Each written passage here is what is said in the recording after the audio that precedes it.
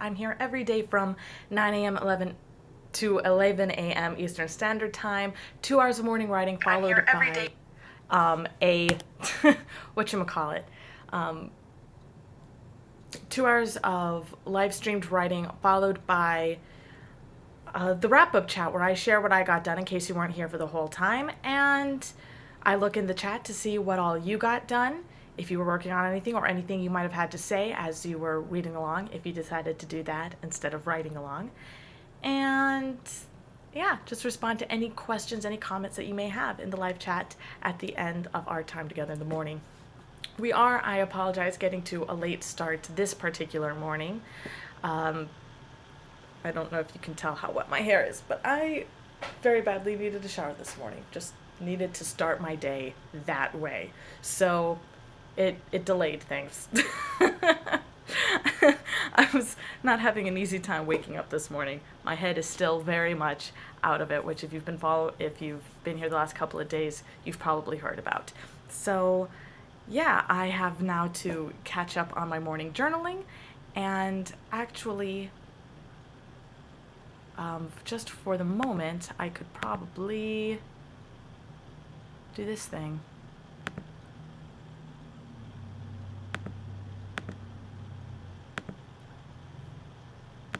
And at the very least, just get some stuff lined up so that people know what's what specifically over here.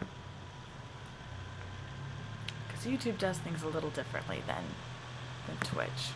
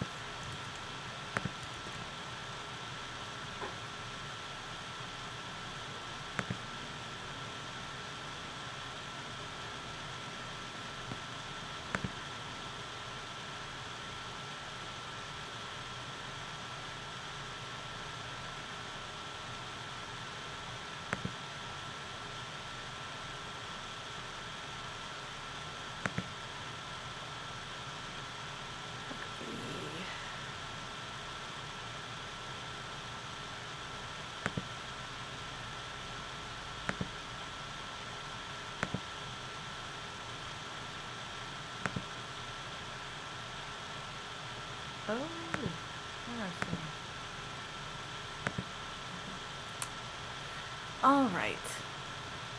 So that's all squared away. Now I'm just gonna get all tidied up on some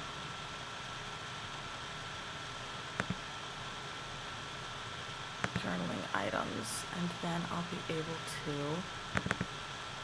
work on that.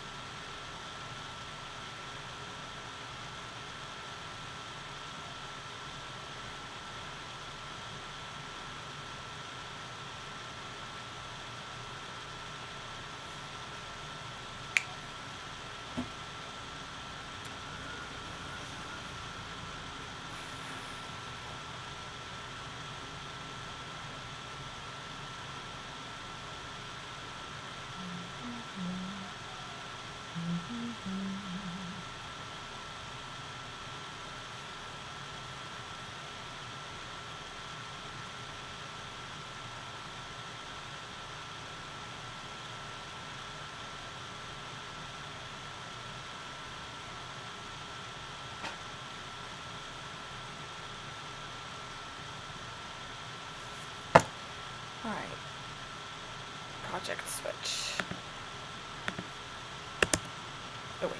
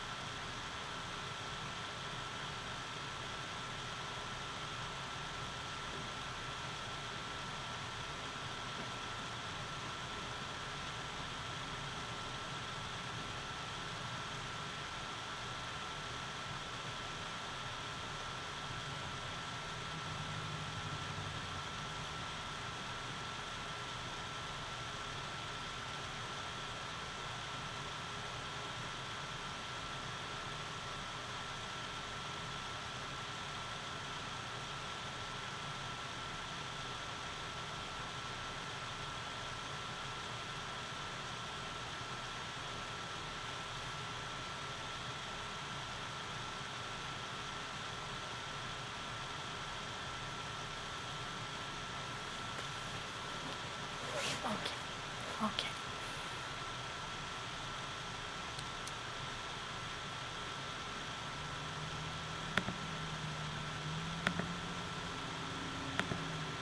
Look at this thing.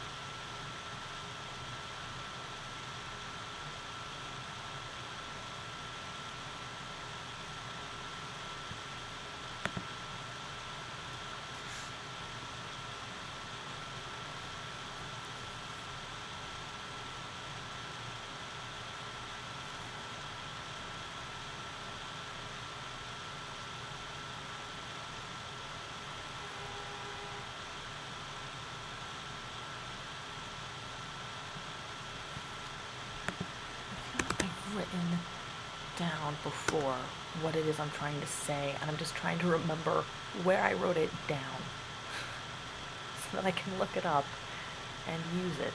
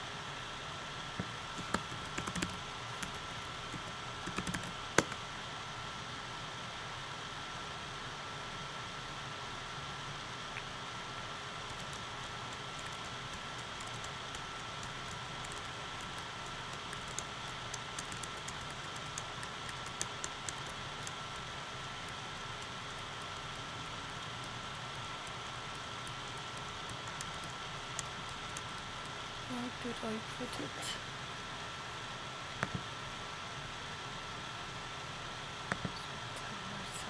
Stories, we tell each other stories. We tell together as a society.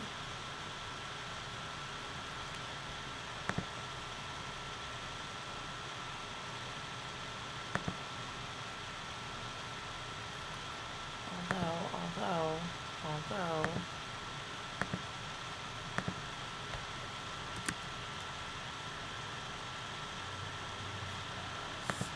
Stop. Trying to open things without my permission.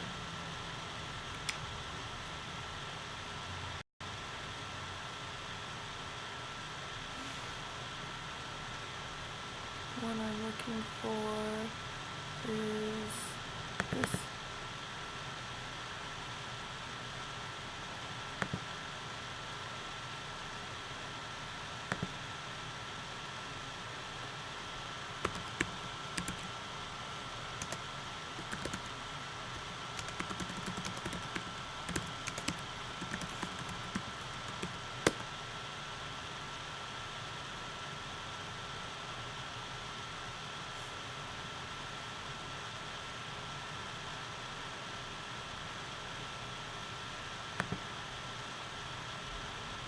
Where did it go?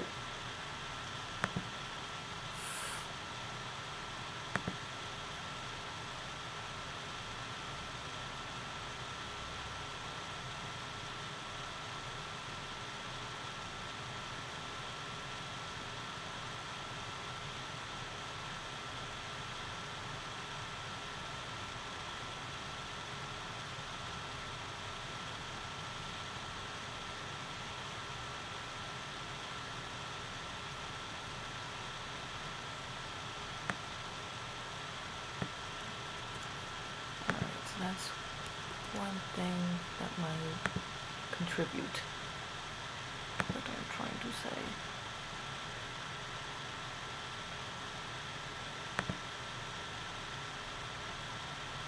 I'm going to...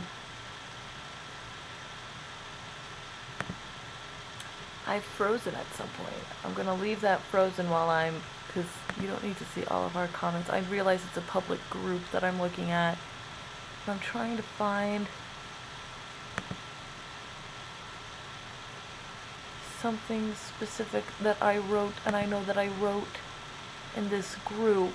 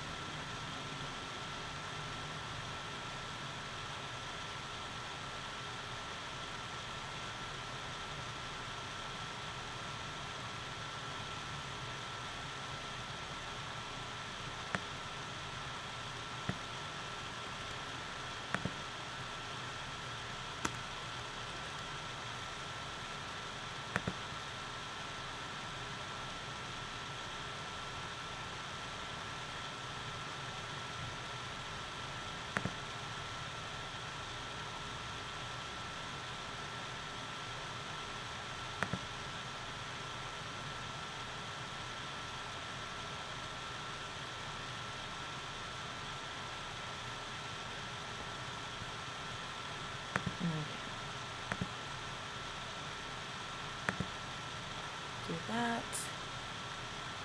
And actually, I'm going to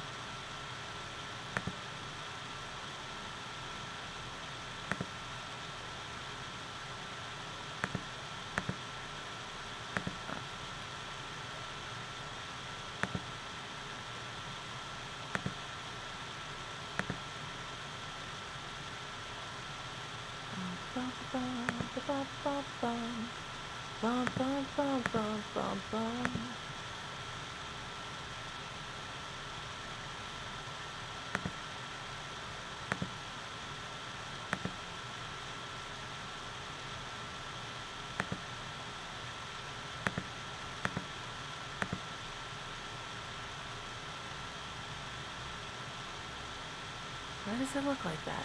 Why does it look like that?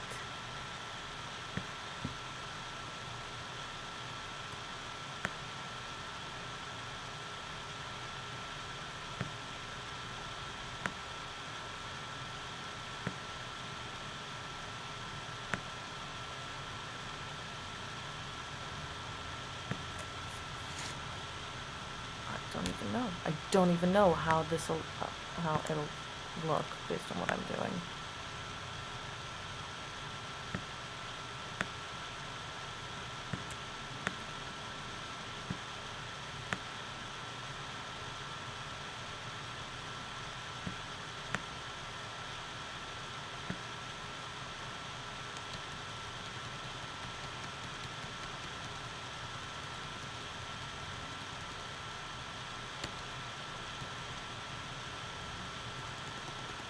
I figured out a way to refresh this a while back.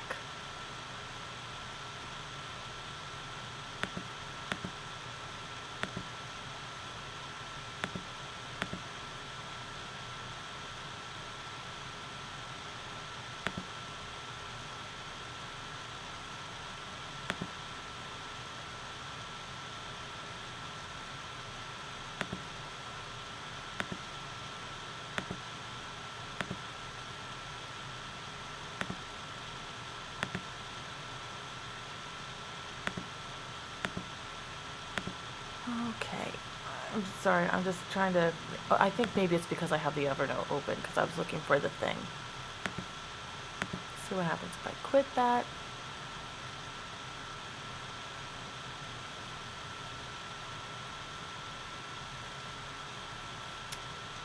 And...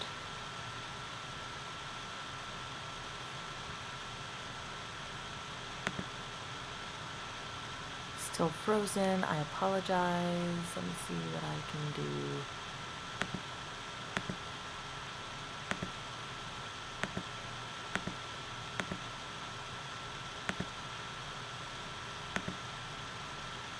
Okay.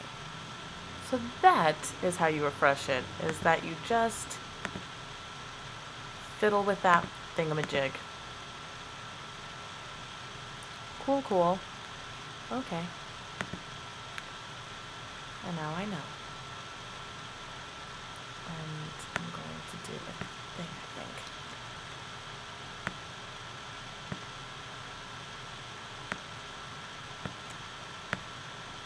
That.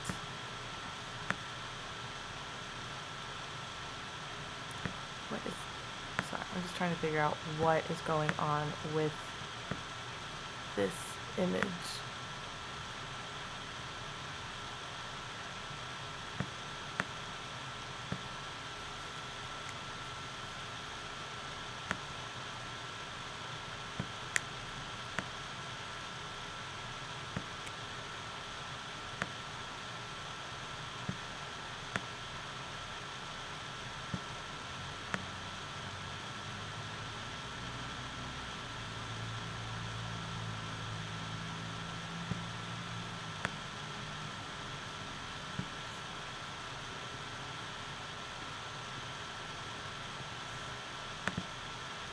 There we go. Okay, so that's all. That's figured out, because that was going to drive me nuts if I didn't. Alright.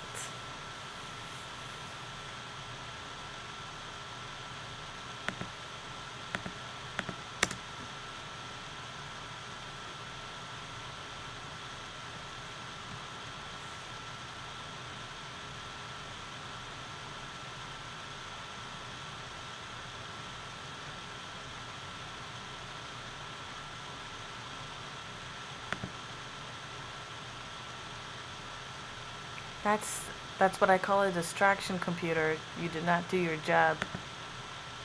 You do not consider that a distraction. All right.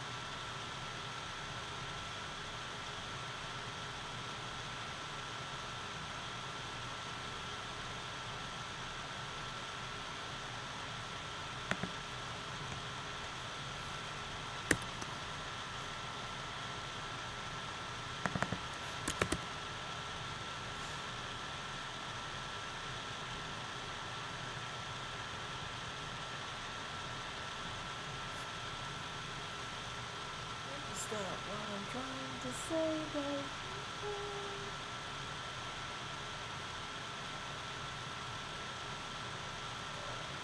There's a big boat somewhere.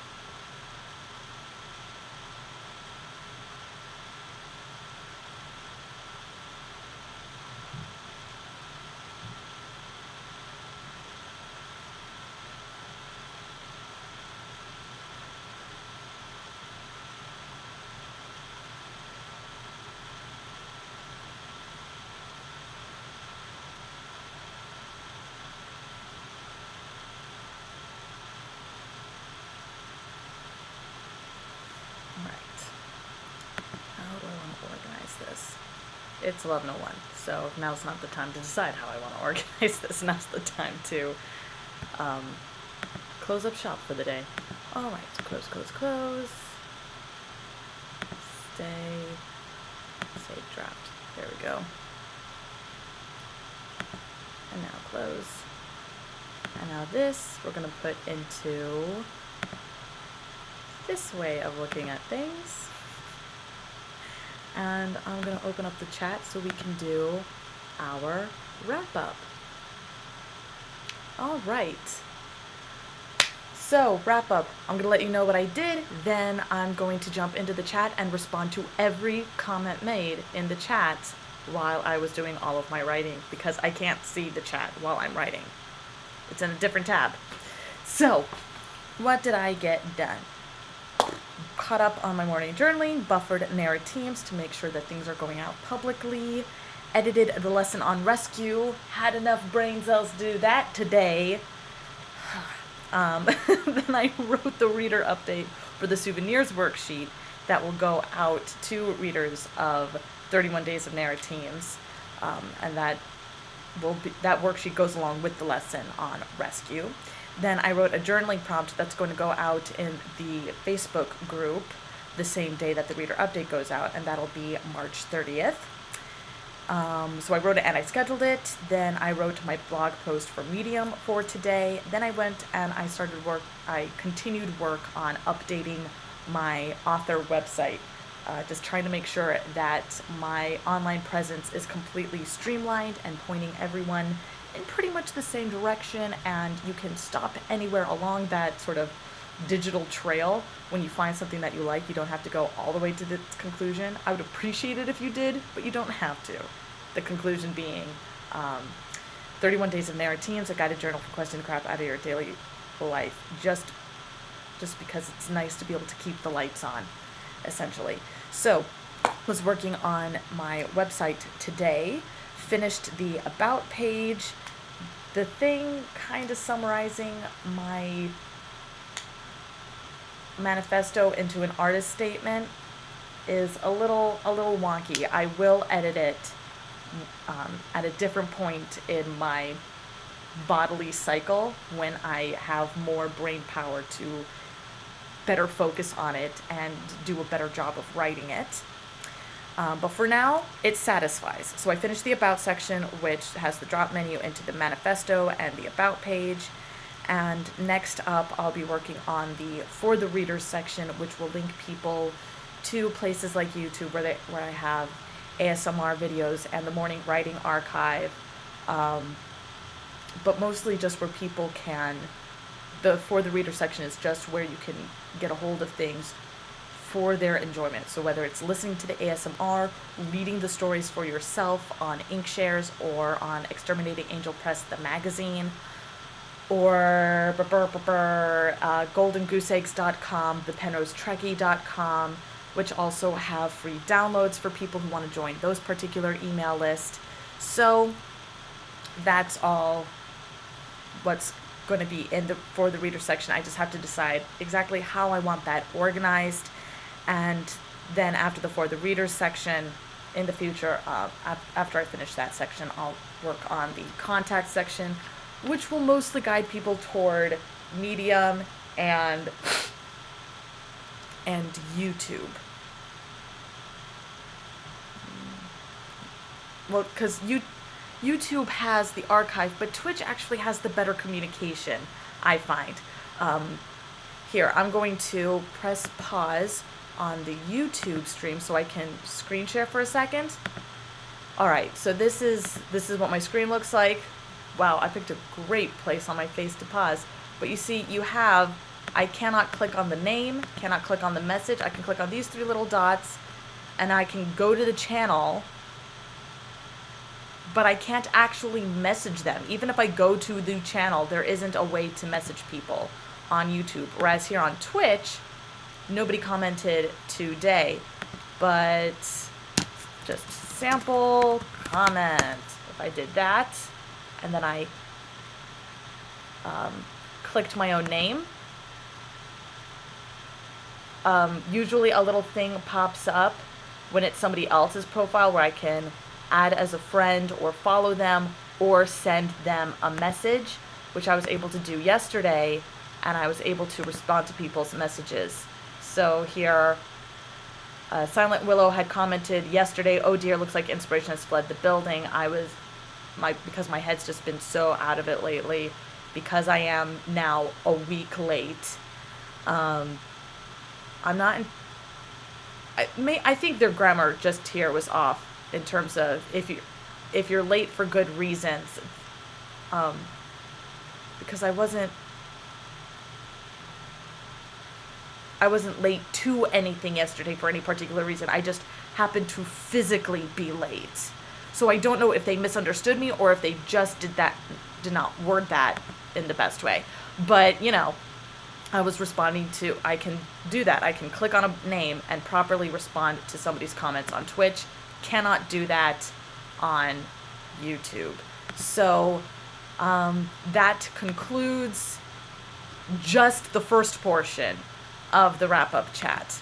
Now we have the rest of the wrap-up chat, which is where I look at what's going on in the comments. So as I showed you, nothing in the Twitch comments today. Here on YouTube, we have our good friend Shahin Shah has joined us to say good morning. Good morning, Shahin Shah. Shahin Shah said time up, or should I say time's up? I mean, you can, but I'm not going to see it. I'm not going to see when you say time's up because I'm not on the window, so it doesn't help me at all for that. I don't look at the chat because having other people's words in my head as I'm trying to write is very distracting. If I have friends who listen to music when they write, and we've had writing sessions together, and they've asked, "Do you have any requests?" And I said, "Nothing with the lyrics." And they'll give me a funny face, like, I can't write anything if I have somebody else's words in my head. With my OCD subtype, the human voice really triggers me, really gets me going, it really grabs my attention. So if somebody else is talking or using words that are in a language I can understand, my brain just goes to that voice and trying to understand it and trying to in some way interact with it rather than actually interacting with my own work. So that is, whether or not anyone should say time's up. I'm not seeing anything. I'm not looking at the chat at all during the writing. Sean Shaw agrees that the face I accidentally paused on before was a funny face, and then asked, how's life going? Life is going okay. I have an interview for a volunteer tutoring position this afternoon. And I like the idea of doing this particular volunteer gig, which is why I really love the organization that I'd be volunteering for. Haven't heard anything about any of the jobs that I've applied to. And yeah, but life, really the main thing in my life right now is the fact that my period is 7 days late, and it is messing with my head and really gumming up the works in terms of my ability to focus and do my best writing. Shahin Shah asks if I'm nervous about the interview. I'm not nervous about the interview because they just need someone to do some math tutoring. And being able to talk people through math, I was always really great at doing that in school. As a kid, I'd be in class and I had one teacher, over the years, I've had one teacher who would actually switch up where I was seated in the classroom in order to shake up who I was helping, who was sitting next to me. It was easier to move me than move all the students around. So because I'm always talking to whoever's sitting next to me and I'm always helping them figure out math things, and I was always just really good at explaining mathematic principles to people and just getting that all squared away, putting things into words that they can better understand. And I've only had one math teacher who did not appreciate my ability to help my fellow students. And it was the last math teacher I had right before I graduated college. Um, it was a very small classroom. There were only two rows of seats in this room. It was very small, and he had a very loud, abrasive voice for so small and bare a room. So his voice just reverberated off the walls in a way that was incredibly jarring. And the girl next to me did not understand mathematic terms at all. And he was just like barking mathematical terms at us the whole time. And she would raise her hand and ask a question. And he would not understand what she was asking because she didn't know what terms to use to clarify her question even. And he would attempt to answer her question, and she wouldn't understand. So she would ask another question because he hadn't actually answered the first question. And he would say, it's like, we could talk about this all day, but that's going to slow us down and we need to move on with the lesson. So he wasn't even helping her. So I would turn and I say, I think this is the question you mean to ask. And I would reword the question using mathematical terms. And she said, yes, that's my question.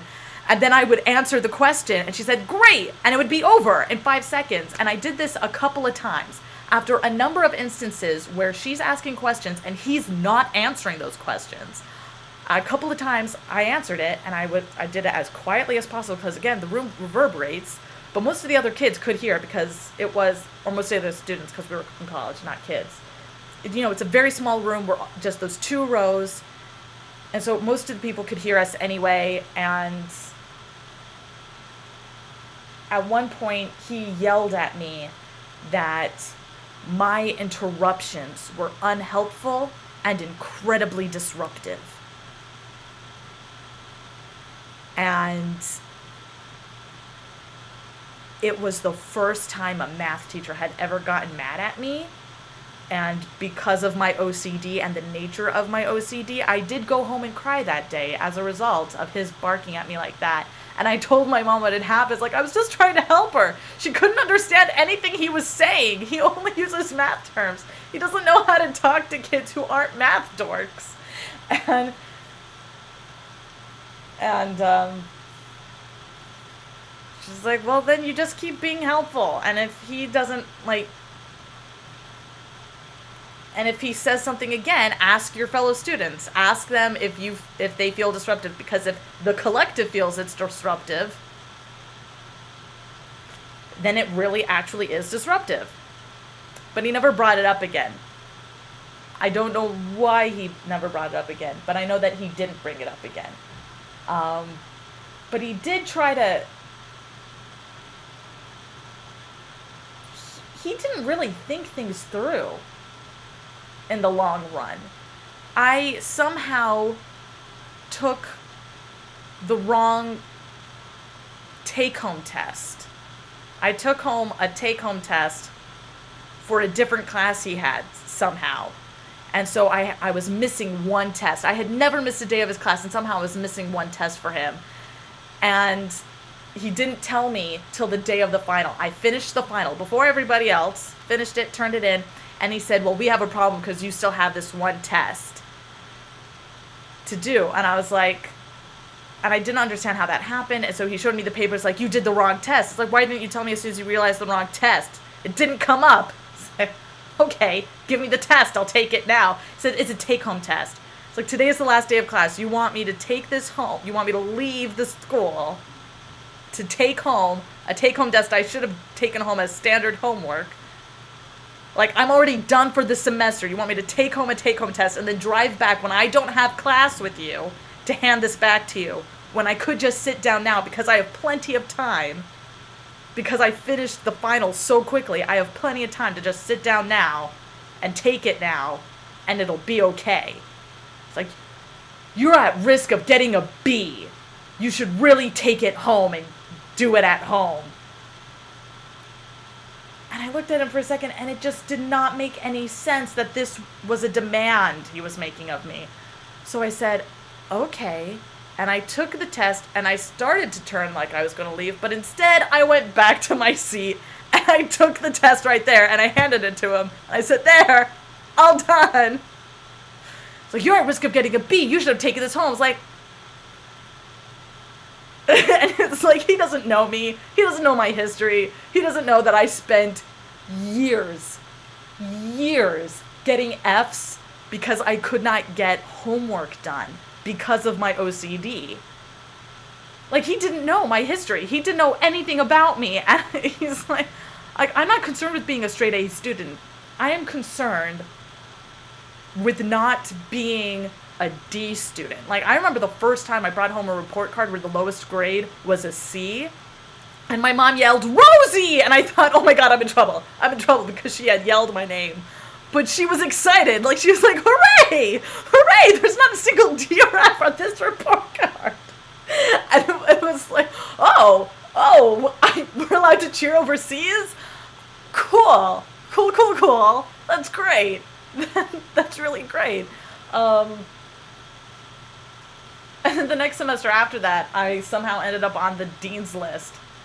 Which was like, oh, what? And I know now what it was. It was like the freedom of my schedule and being able to do what I wanted. But, yeah, so it was just a whole bunch of it. Yeah, but I'm very good at explaining math to people who don't totally get math. And yeah, so I'm not nervous at all about volunteering for it. And it's a volunteer gig, so there's also a lot less pressure in a volunteer situation like that, and when you're interviewing for a volunteer gig, because it's not, we're going to take you on and we're going to go through all this HR stuff and get you into the system, and we're going to invest money in you to be a part of our team. It's just, we need someone to help.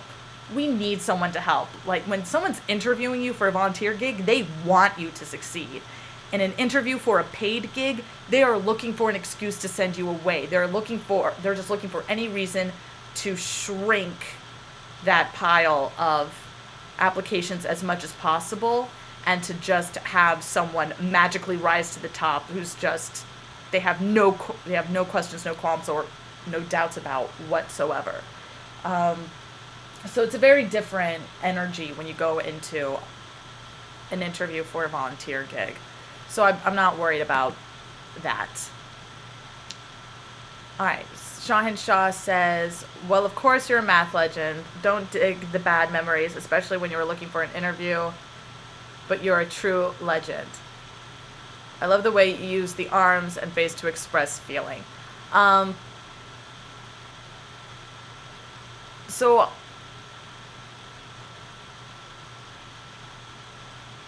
with bad memories, I don't believe that anybody should brush off anything. And thank you for appreciating how expressive I am with my hands and my face. It's kind of a family trait, I'm going to be honest. We're very expressive people. I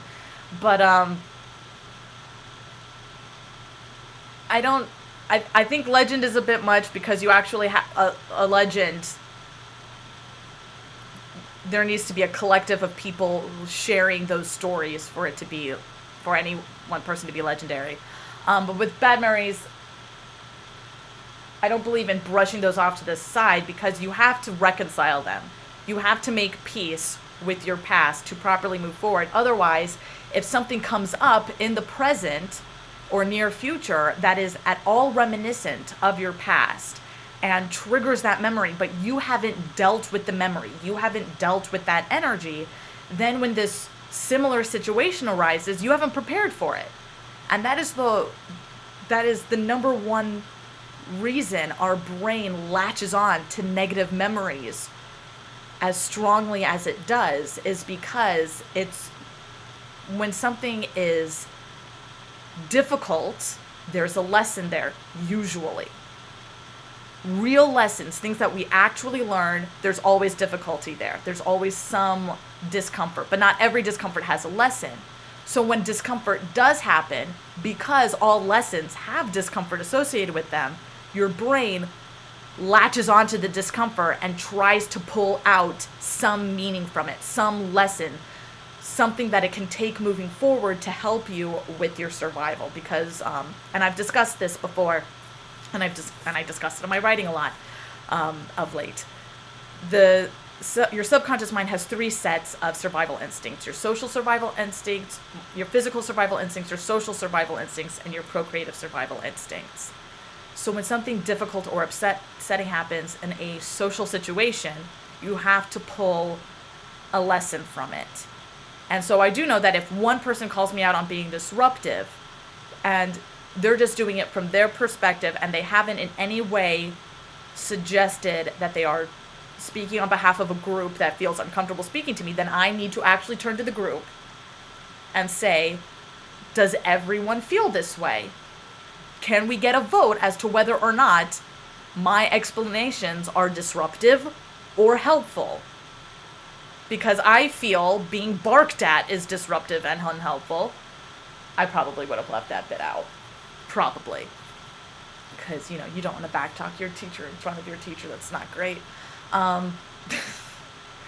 But that's part of the social survival mechanism, is you have a bad experience among other people, so you have to learn from that in order to better navigate social situations moving forward.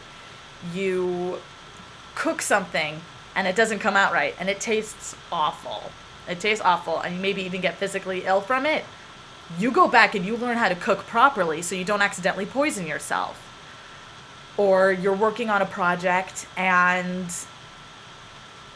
you screw up. You're trying to come up with a creative solution for something, but you do know that you just can't give up, because then you never get to see your project come to fruition. So you do have to keep troubleshooting, keep problem solving till you find a way around whatever mistake you made that was holding up your project, and going through with it and bringing it to fruition.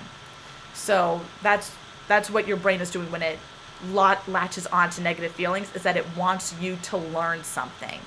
It wants you to heal from this hurt and be stronger for it, so that if something similar comes up again, you have the strength to deal with it, and you know exactly how to deal with it. So your brain is really just trying to build up your toolkit, not tool kilt. That's not a thing. Your toolkit for taking care of yourself. Shaw. I always wondered about you as a kindergarten teacher, especially your skills in storytelling. So I worked as a nanny for 15 plus years. And I had worked as a Sunday school teacher. Well, really the term is a catechist. I taught the catechism to catechumens. Yeah, say that 3 times fast. And I do have experience teaching young people. I've experienced helping students my age, helping students not much younger than I, and helping students much younger than I, and taking care of babies. But there are, 11:25 already. But there are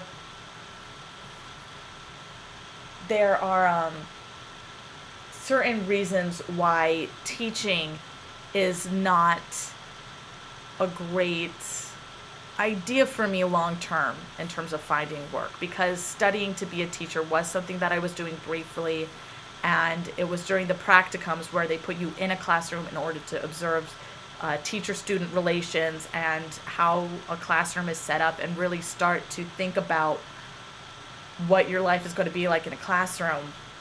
When I got to the practicum, that was when I realized I shouldn't be in a classroom long term. And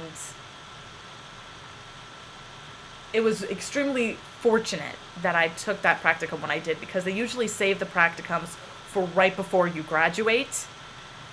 They're the last semesters they make you do, which is ridiculous. You should do that as soon as possible. But it might be that they psychologically save it till the end. That way, you've gone through 4 years of studying teaching already, and so there's that psychological, well, I've already done all the studying. I need to commit, even though this doesn't feel right after doing the practicum. I wonder if that's part of the reason it's set up the way that it is. But it isn't for me long term, and unfortunately that is the majority of my resume. And yeah, that's something I'm coming up against a lot in terms of job hunting and volunteer work, is that the majority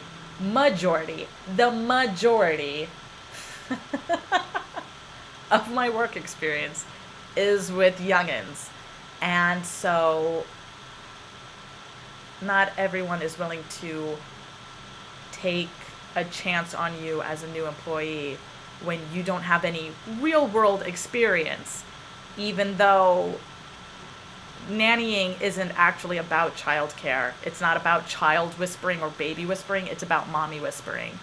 It's about helping this new parent who is terrified of breaking their child, and just helping them to have the comfort and the confidence to raise their child the way they want to raise their child, in a way that feels right to them and the relationship that they want to have with their kid.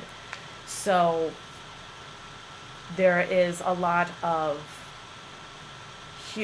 really deep human interaction that's going on in terms of trying to help these families just get started on the right foot. And it is applicable to so many different situations, but unless you've been a nanny, unless you've been a long-term babysitter of some kind, you're not a long-term child care provider of some kind, I should say.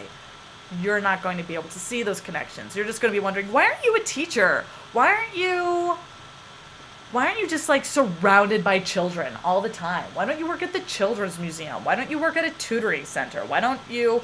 And they're just rattling off every job they can think of that involves children. And just because you're good at something doesn't mean that that's the only thing you're suited for. I have lots of skills, lots and lots of skills. My patience with children is just one of them. And I love learning. I love picking up new skills. So I would like to be employed in some way where I'm interacting with people in a controlled setting, and not babysitting, not nannying.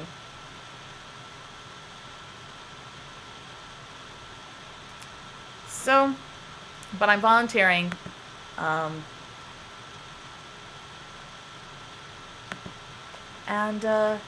Yeah, so Sean Shaw has logged off, has said good day. Good day to you, Sean and Shaw.